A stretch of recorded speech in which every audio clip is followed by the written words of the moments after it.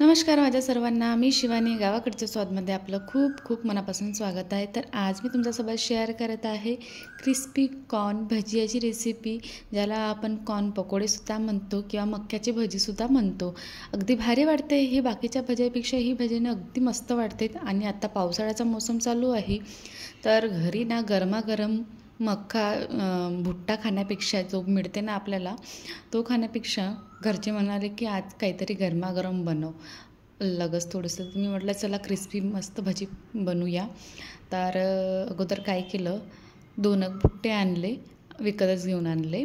आणि नंतर अगोदर मी त्याला चाकूने काढायचा प्रयत्न केला. चाकूचा काही जोर लागला नाही, तर हातानेच 2 तुकडे करून टाकले.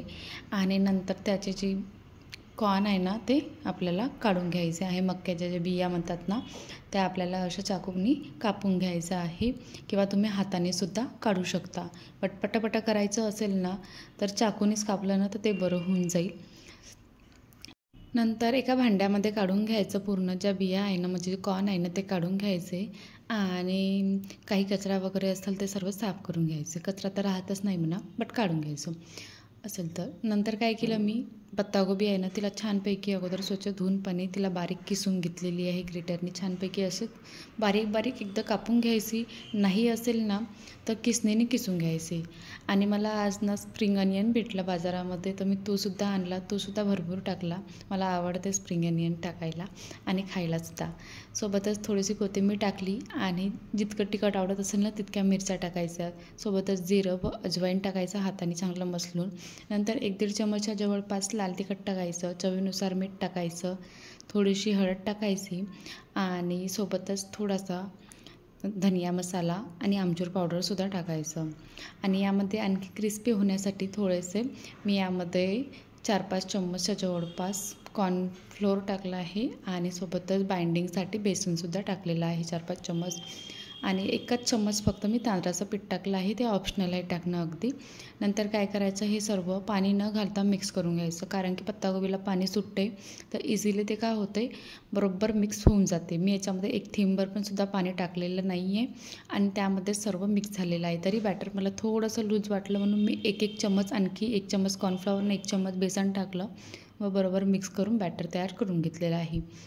सोबतच मी गॅसवर गरम करायला तेल ठेवलं होतं, आणि त्यामधलं 2 चमचा जवळपास तेल त्यामुळे बॅटरमध्ये टाकायचं, मिक्स करायचं. आणि नंतर मीडियम हाय फ्लेमवर आपल्याला भजी फ्राय करून घ्यायचं आहे.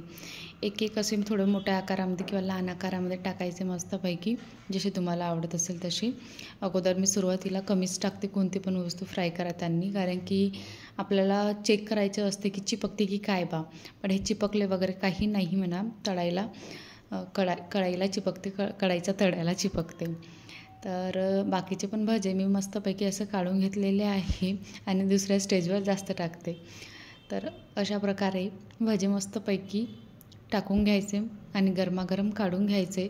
अलटपलट करून छानपैकी असं ब्राउनिश कलर येईपर्यंत, याला क्रिस्पी होईपर्यंत आपल्याला फ्राय करून घ्यायचे आहे. सोबतच तुम्ही याच्यासोबत खायला ना हिरवी चटणीसुद्धा बनवू शकता.